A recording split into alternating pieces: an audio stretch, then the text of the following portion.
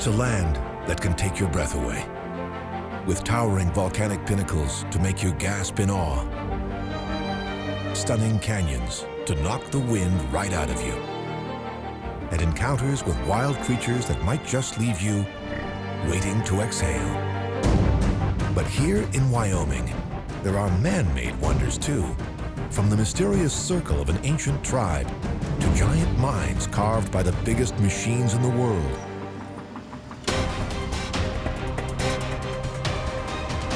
To vast stretches of oil fields that light up the prairie sky, worrying environmentalists, but giving jobs to thousands from across the nation. Aerial Wyoming soars through the lush valleys of the world's first national park, high up into icy peaks, and across a landscape of where the meeting of sky, earth, and water make it hard to know just where you stand. Here, cowboys still ride the range and hold on for dear life just for fun.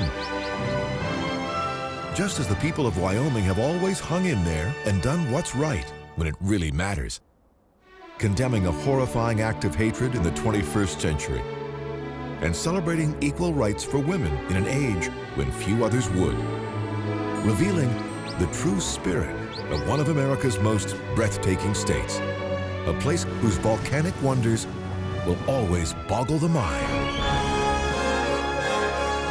All this in Wyoming.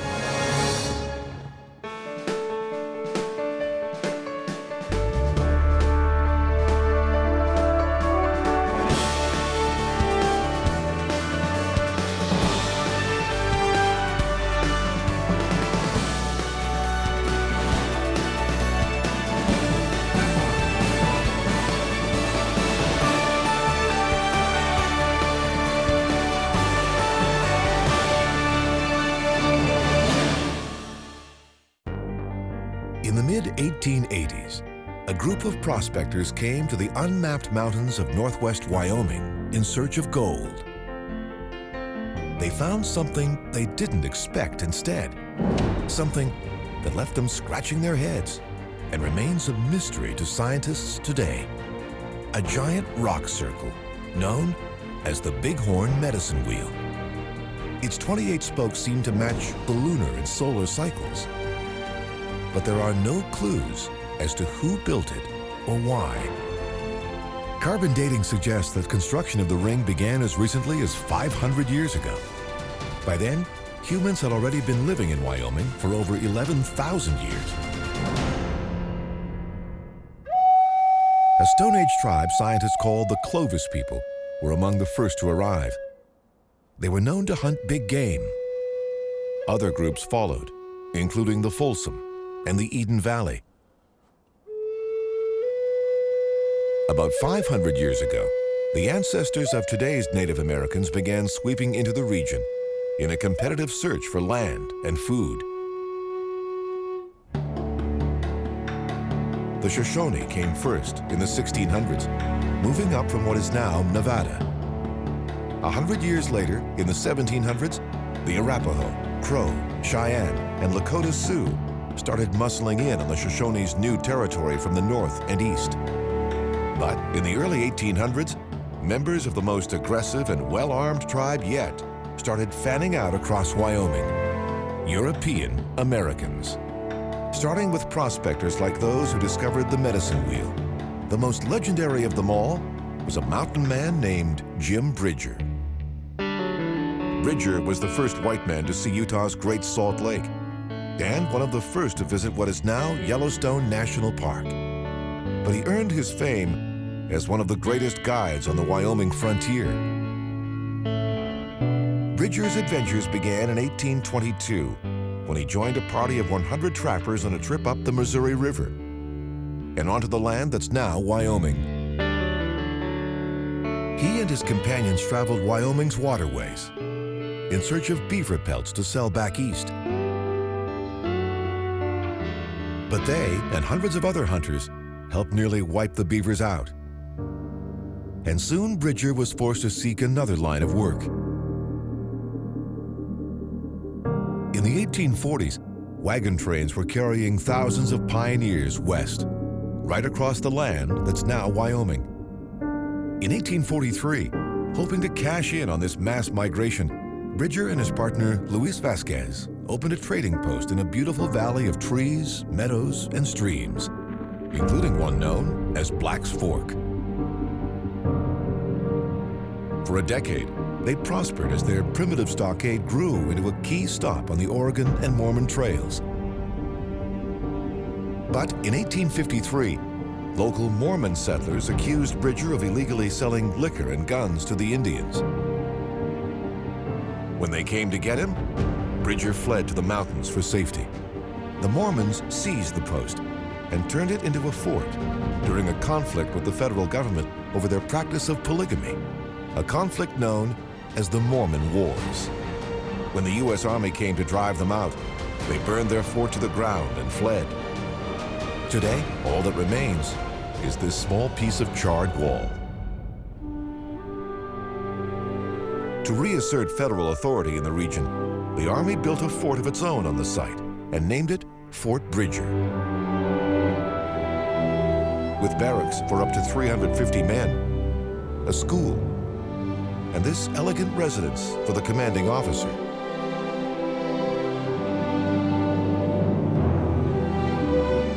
The base remained a center of pioneer life for the next 3 decades. As thousands more poured through Wyoming on the way west to Oregon and California. Near this ridge, known as the Oregon Buttes, they finally passed over the Continental Divide. From here, every river flowed west, and so did the pioneers, riding into the sunset in search of a dream. For many Mormon travelers, their dream was to reach the Great Salt Lake in Utah. But on the way, this rocky formation, known as Church Buttes, knocked more than one devout traveler to their knees. The buttes, steeple like needles and eroded 75-foot sandstone cliffs, reminded them of the houses of worship they had left behind back east. The site caused many of the settlers to stop, drop, and pray.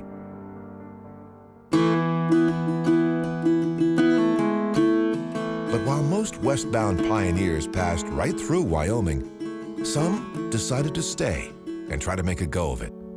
In 1897, 27 Mormon families came to this valley to extend their new faith into new lands. They built homes and barns on the valley floor and began to farm. The sandy soil soon proved to be less fertile than they had hoped, but they shouldered on, working for decades to realize their dream of a new utopia in the wilderness. Farmer Thomas Moulton spent 30 years just building this one barn. Today, it still stands as a reminder of the Mormons' struggle to survive here. It's also one of Wyoming's most photographed sites, thanks in part to the fact that the barn's backdrop is one of the most dramatic in the American West. The great, jagged, icy peaks of the Tetons.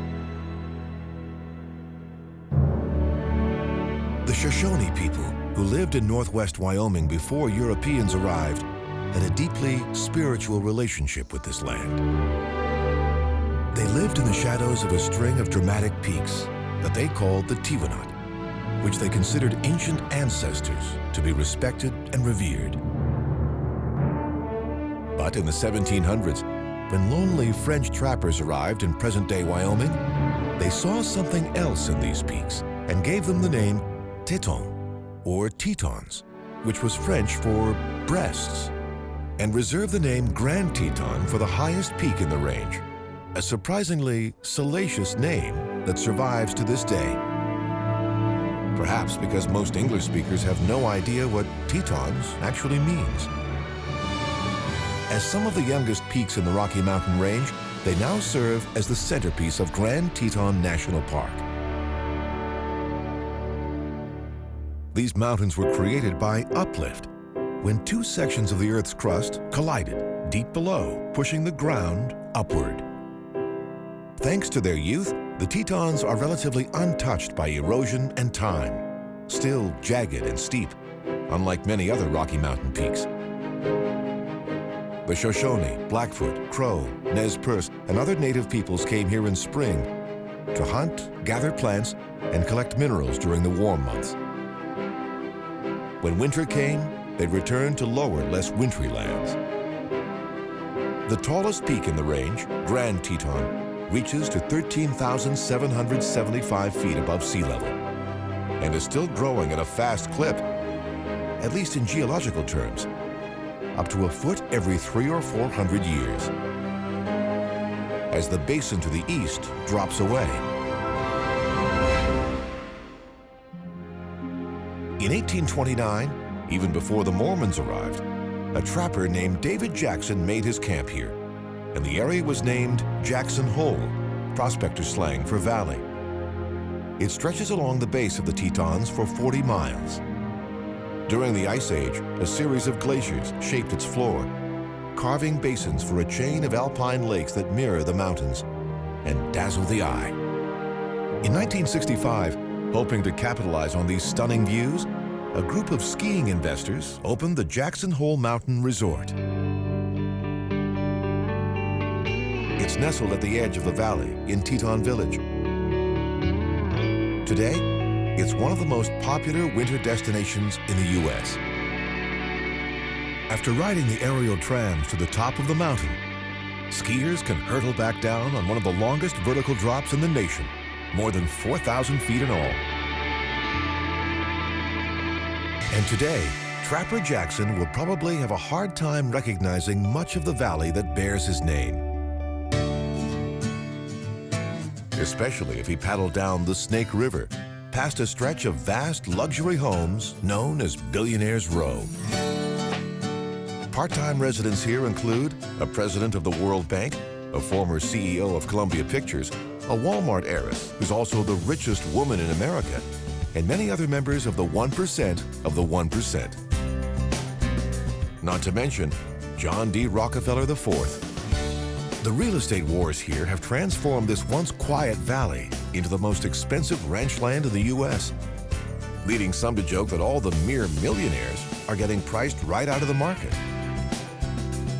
But there's one relatively modest house here that stands out among the mega mansions. Perhaps because it was partially hand-built by its owner, actor Harrison Ford, a former carpenter who bought 800 acres here in 1985. In the years since, Ford has committed himself to preserving and protecting his share of this beautiful valley. The people who actually work and live here full-time stake their claim to another corner of Jackson Hole, the town of Jackson. It lies on the southeastern side of the Jackson Hole Valley, near the rushing waters of the Snake River. It was founded and run by working men and by working women. Postmistress Maggie Simpson named Jackson in 1894. Future Mayor Grace Miller laid out the streets 3 years later, setting aside space for an old-fashioned town square, now famous for the elk antler arches over its corner gates, a charming centerpiece to a town that gained fame as the first in America run entirely by women, after Miller and an all-female slate of candidates swept the city elections in 1920. But even if the town's men didn't always feel welcome at City Hall, they were always welcome here, Jackson's $1 Million Cowboy Bar. It was granted Wyoming's first post-prohibition liquor license. Ever since, locals and tourists have been saddling up to the bar with its famous saddle-style bar stools for a drink. In 1953, its owner added a distinctive neon sign that stands over the new Jackson as an enduring symbol of an old way of life in Wyoming. The life of the working cowboy. Men and women who perform difficult and dangerous tasks every day, using skills they get to show off once a year in the little town of Sheridan at the Sheridan Rodeo. Here, bronco busters risk their spines to prove they've got what it takes to tame a horse, or at least hang on for the 8 seconds required by the rodeo's rules. But there's one trick that may be the toughest to pull off: dual calf roping. To make it work, one cowboy has to rope the calf's head, the other the feet, and do it with perfect timing, thrilling the crowd and proving they've got what it takes to make it in this cowboy state. Here in Wyoming, cows outnumber humans 2 to 1 and put working cowboys to the test every day. The state's herds got their start from cattle abandoned by settlers on their way west. When their offspring flourished, ranching in Wyoming took off. By 1870, there were over 8,000 head of cattle in the territory, and more were flooding in, along with the cowboys to keep them moving. Today, livestock is Wyoming's biggest agricultural commodity. But cowboys aren't the only ones out working on the range. Here in Sheridan County and across the state, farmers grow hay, barley, wheat, and more, giving Wyoming more than 8 times as much agricultural land as most American states. But there's one business in Wyoming that's bigger than ranching and farming combined, much bigger. And it got to number 1 not by reaping enormous profits from what's on the land, but from what's under it. Coal. This fossil fuel got its start millions of years ago, when soggy masses of vegetation were covered by layers of soil. As the soil's weight squeezed the water out, energy-generating carbon was left behind. Carbon in the form of coal.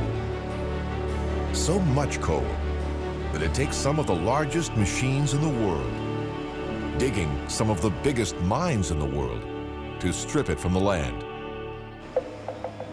To get to the dark veins, huge excavators work 24/7. These machines are called drag lines because their giant shovels are dragged across the mine on thick steel cables to strip away the soil above, known as the overburden.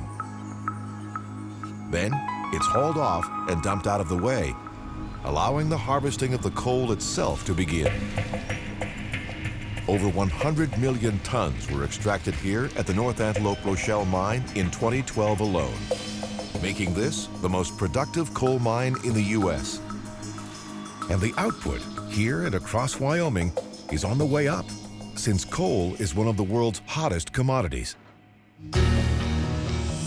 There's so much coal in Wyoming, it requires mining equipment so big and so powerful, it boggles the mind.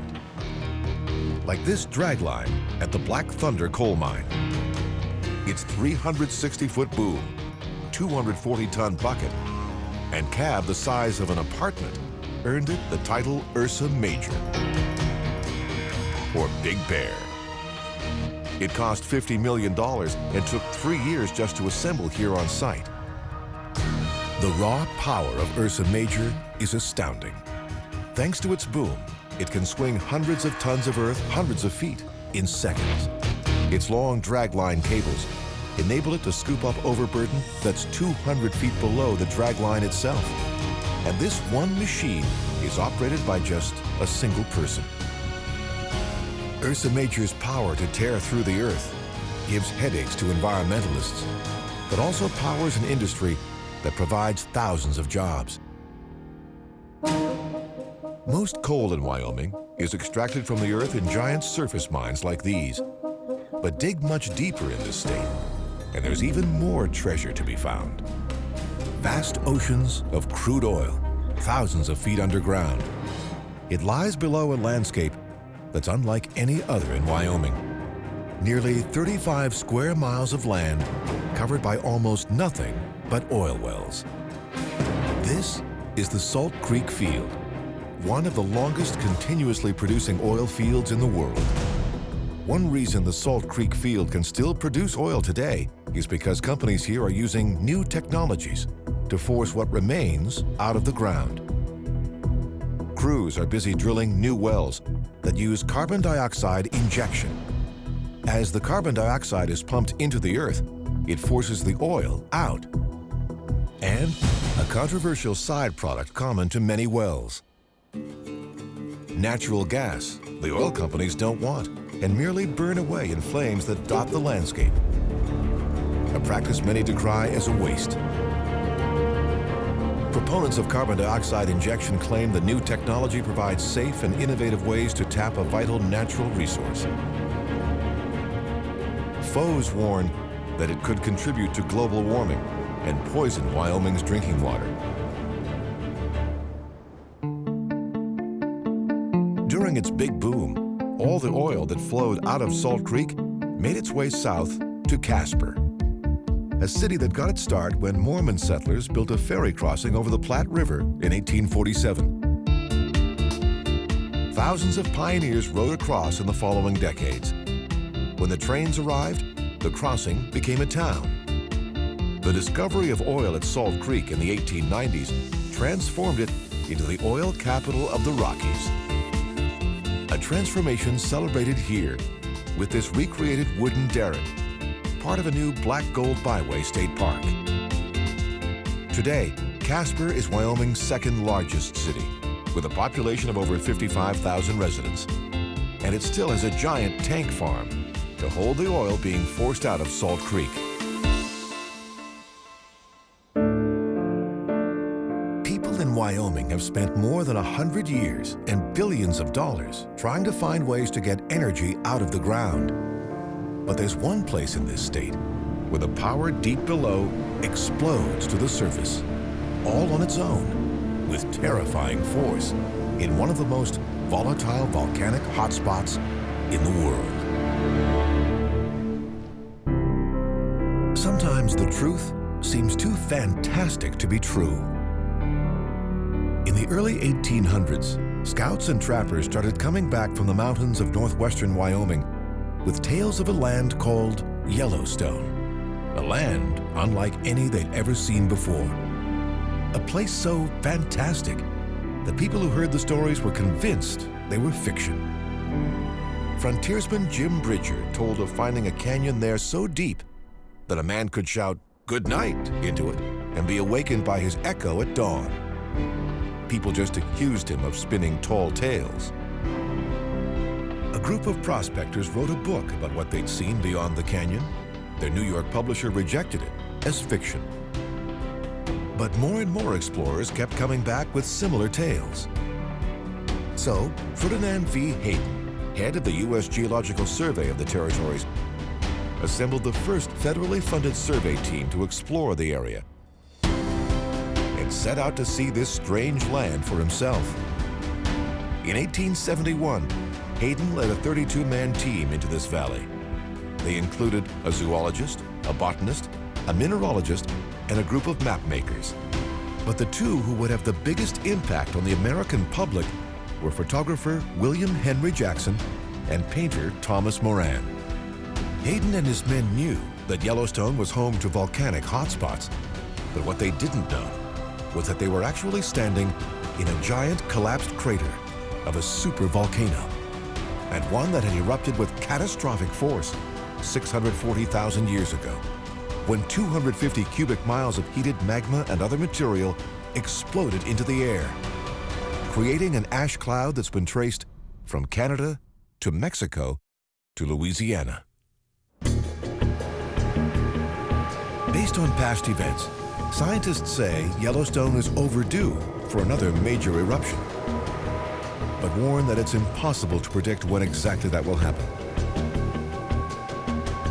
In the meantime, its strange volcanic landscape draws huge crowds to Yellowstone today. In 1871, Hayden and his party had never seen anything like it and were eager to see more. On July 28th, they reached the shores of Yellowstone Lake, America's largest high-elevation lake, and set up their base camp. By then, they were already suspecting that everything they'd heard about this place was actually true. From here, they set out to explore Yellowstone and document its every feature in maps, photographs, paintings, and statistics, starting with Yellowstone Lake itself.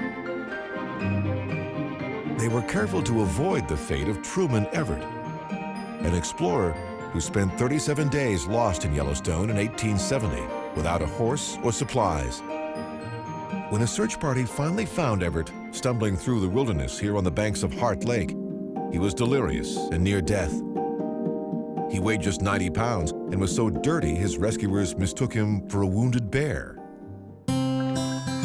Hayden's men fared better as they traced the course of the Yellowstone River through the canyon Jim Bridger had described. They found it to be just about as big as he had promised. Now known as the Grand Canyon of the Yellowstone, it winds through a plateau created by lava from the volcano's Big Bang. Modern scientists know the extreme heat of the blast weakened the lava, making it easier for glaciers and water to cut through the colorful stone that gives this region its name. The explorers' stories of the amazing things they discovered here fascinated the American public. But it was the paintings and photographs of Yellowstone's geysers that really blew people away. Yellowstone has half of all the known geysers in the world, around 300 in all. Here, at the Clepsydra Geyser, cold water flows into tight crevices in Yellowstone's molten core and explodes into steam. Clepsydra's been erupting almost continuously since 1959. Its plumes of water can reach up to 40 feet, making it one of Yellowstone's most reliable and photographed sites.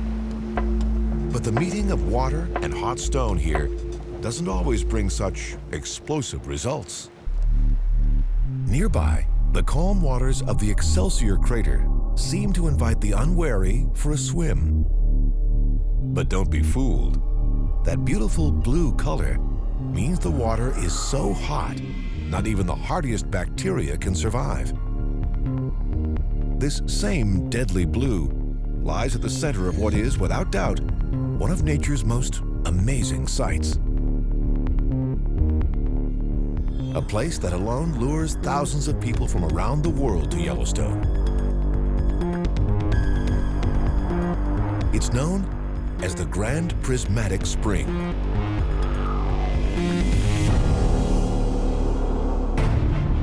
This is the largest hot spring in the U.S. and the third largest in the world. Its blue core may be deadly, but the colorful cooler bands at its edges are evidence that the Grand Prismatic is also home to plenty of life. Each band supports a unique bacteria or algae that creates a color of its own. When visitors on the boardwalk of the Grand Prismatic cross patterns that look like giant flames, they are stepping over descendants of some of the earliest forms of life on Earth. These microbes, called thermophiles or heat lovers, thrive in extreme environments like the waters of Grand Prismatic Spring. There are literally billions of these tiny orange-colored microbes here. So many, they create dramatic flame-like patterns that look like a work of art that was painted by Mother Nature herself. Getting a chance to experience this colorful, steaming cauldron is why many come to Yellowstone in the first place. But there's nothing like seeing it all from the air.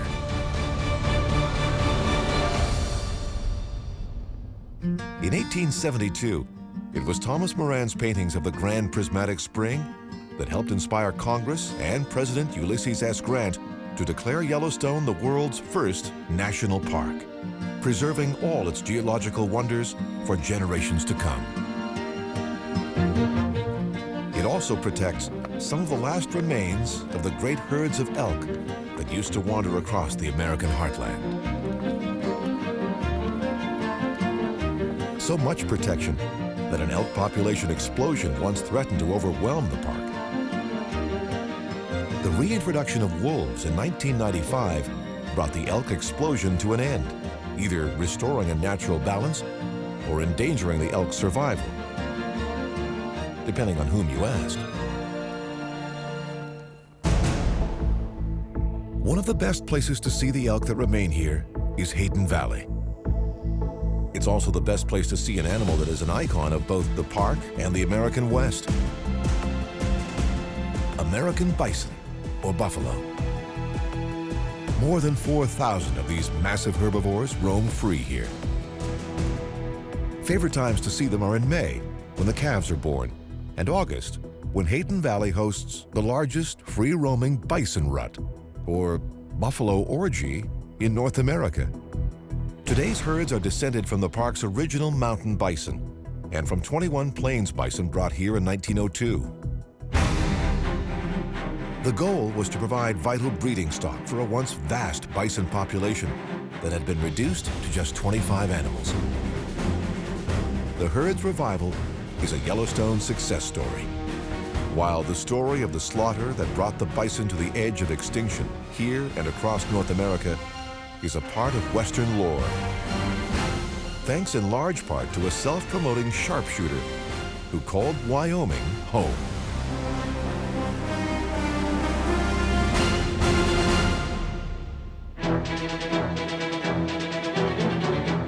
In southern Wyoming, in what seems to be the middle of nowhere, a mysterious form looms upon the horizon. A strange granite pyramid thrusting itself 60 feet into the sky. Architect Henry Hobson designed and built this lonely monument in 1882. Superstar sculptor Augustus St. Gaudens created its memorial plaques that few people ever see, all to honor the role played by Massachusetts brothers Oakes and Oliver Ames in one of 19th century America's greatest achievements, the building of the first transcontinental railroad. Congress authorized the Central Pacific and Union Pacific Railroad companies to start building the cross-country line in 1862. For 7 years, teams from the rival firms raced towards each other. Railroad tycoon Oliver Ames and his congressman brother Oakes played a key role in the Union Pacific side of the race. After their deaths, the company built them this memorial here in Wyoming at what was once the line's highest point. But the Union Pacific did more than build railroads and memorials in Wyoming. It transformed this remote state by bringing the world to its door. Thanks to this imposing new train station here in the city of Cheyenne, which was founded by the railway itself. In 1867, the Union Pacific Railway Company was searching for a place to establish a new railroad hub. They chose the site of a U.S. Army camp at the crossing of Crow Creek and named it Cheyenne after one of the region's Native American tribes. Today, with 60,000 residents, it's the most populated city in the entire state and home to the Wyoming State Capitol, the tallest building in town, which was built starting in 1886. That same year, the Union Pacific began work on an impressive railroad depot for the new capital. It's one of many designed by architect Henry Van Brunt, but one of just 2 still standing. Van Brunt designed it in a solid Romanesque style and gave it an imposing clock tower to symbolize Union Pacific's importance to the future state. The depot cemented Cheyenne's status as an important crossroads for freight trains full of sheep, cattle, agricultural products, and minerals. And for passenger trains full of people eager to explore the newly opened West. Today, freight trains continue to stop here, but passenger service ended in 1983. Out back, a once massive roundhouse built in 1931 to house and repair trains has been reduced from 48 stalls to 7. But the giant rotating track, built to funnel trains in and out of the fan-like storage yard, still spins, delivering the downsized roundhouse's new tenants, antique rail cars and locomotives from the Union Pacific's golden age. A time that transformed Wyoming and turned a young man named William Cody into one of the world's first Western stars.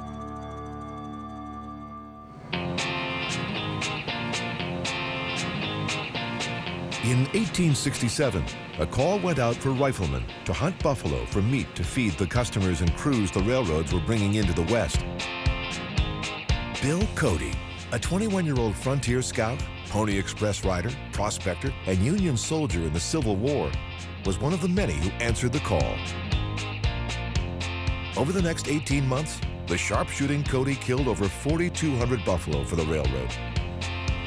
One of the largest shares in a legendary slaughter that almost brought the buffalo to an end. but started William Cody on a surprising journey to worldwide fame as Buffalo Bill. A dime novelist turned Buffalo Bill into the hero of a series of highly fictionalized stories and plays based on his exploits. He spent the rest of his life playing Buffalo Bill in plays and Wild West shows, but it wasn't all make-believe.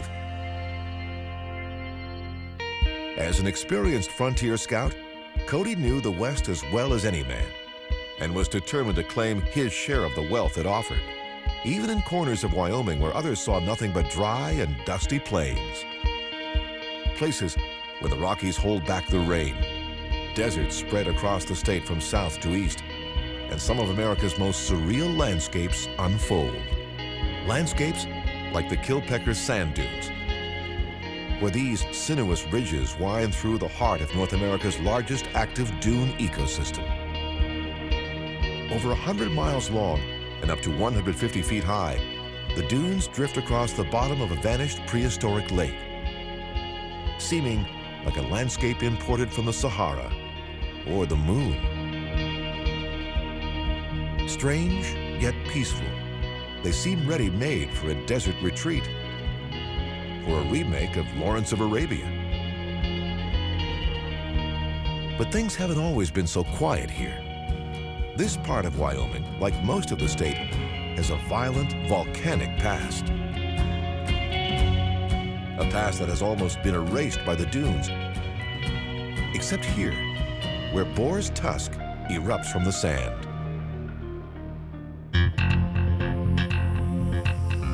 This 400-foot spire began forming less than 3 million years ago, when a volcano left this core of hardened lava behind.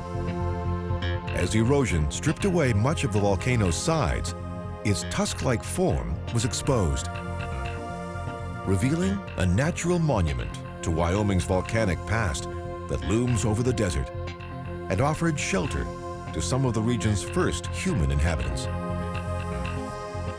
Boar's Tusk came to be sacred to those first people. It still is to their descendants today. But then, as now, any Native American on a vision quest might decide to pass Boar's Tusk by, choosing to head north instead, to a spot that may be the most sacred in the state. Another pillar of ancient lava known as Devil's Tower. Millions of moviegoers know this strange mountain as the alien landing site in Steven Spielberg's 1977 blockbuster, Close Encounters of the Third Kind. But this mysterious 1,000-foot, 50-million-year-old column of lava was central to life here long before the white man entered the picture. Over 20 Native American tribes still practice spiritual rites here to this day. Their ancestors told of how its distinctive vertical clefts had been carved by a giant bear's massive claws. They called it Mateo Tipi, or Grizzly Bear Lodge. A confused U.S. geologist mistranslated the name as Devil's Tower in the 1870s. Local Indians called it an insult to a sacred place, but the name stuck. In the late 1800s, preservationists began asking Congress to make it a national park like Yellowstone. When Congress dragged its feet, President Theodore Roosevelt stepped in and declared that Devil's Tower would become the nation's first national monument instead.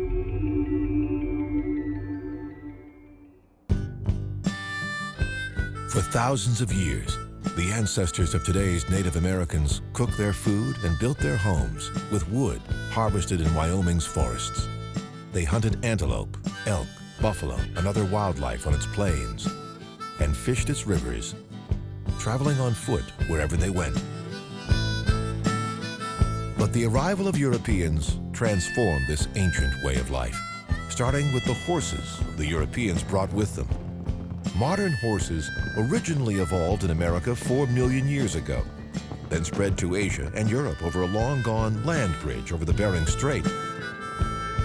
Once Europeans brought them back, strays and stolen steeds soon made their way into native hands. Horses became part of their way of life, and of the ritualized warfare they used to defend their homelands from rival tribes. The Shoshone claimed most of western Wyoming, including many of the lakes, mountains, and canyons the state is most famous for. The east, with its plains, was home to the Cheyenne. The north, from the Bighorn Mountains to the east, belonged to the Crow, while the Ute and Arapaho lived side by side in the south. These homelands were central to their culture, religious life, and identity. But the European Americans who began arriving here in the 1800s seemed to think the land was theirs for the taking. As the trickle of settlers became a flood, the tribes began a bloody campaign to defend their ancient homelands and keep the newcomers out. So the U.S. government sent in the cavalry to protect the settlers from attack. In 1849, the Army established Fort Laramie on the site of an old trading post to serve as its base. It built this headquarters and barracks that same year. Carousing and wild parties soon earned it the nickname Old Bedlam, after London's Bedlam Insane Asylum. From here, the often hungover soldiers rode out to wage some of the most decisive battles of the Indian Wars. The wounded rode back to get stitched up in this base hospital, while many never made it back at all. Finally, the battered army was forced to give up. The federal government, desperate to end the most successful war against the United States ever fought by an Indian nation, sued for peace. In 1868, the great Sioux chief, Red Cloud, came to Fort Laramie to sign a peace treaty and end the wars. In return, the Sioux and other tribes were promised rights to their homeland for as long as the grass shall grow and the buffalo shall roam. But the white men broke their word as soon as gold was found in South Dakota's Black Hills. The Indians were forced off the land they had been promised and onto reservations, a betrayal that would go down in history as one of America's darkest moments. But it wasn't the last time Wyoming played host to man's inhumanity to man.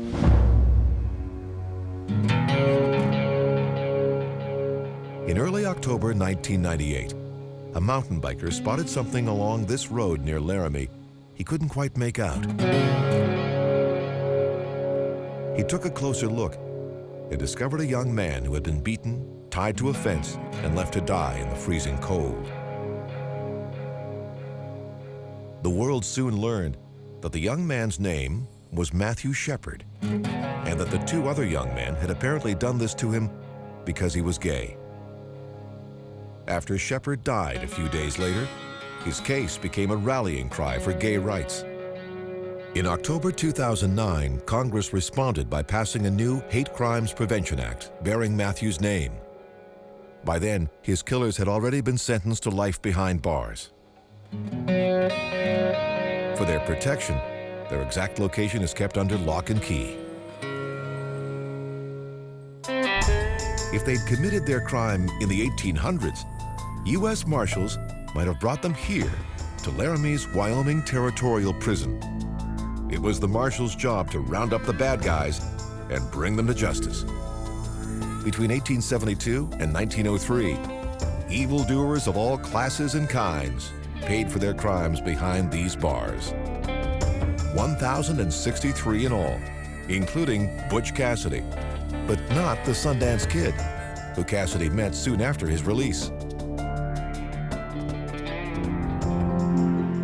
50 miles to the east, this very different tower stands guard over those elected to make, not break, the laws of the state, here at the Wyoming State Capitol building in Cheyenne. The cornerstone for the Capitol was laid with great fanfare in 1887.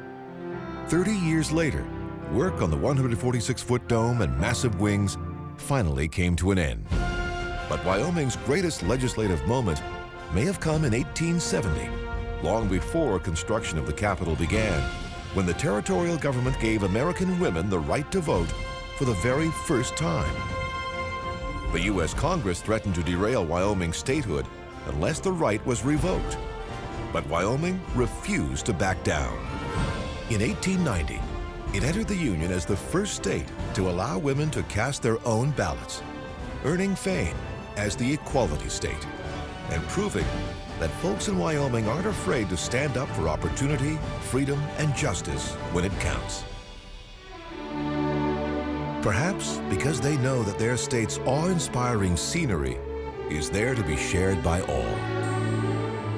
From the great weathered spires of lava that soar into the sky, over ribbons of sand that seem to stretch on for eternity, from steaming valleys that tell of the terrifying forces that lie below, to the wild creatures that come here to its grasslands, to roam, and the cowboys that ride the range to drive their herds home. This is the spirit of the land called Wyoming.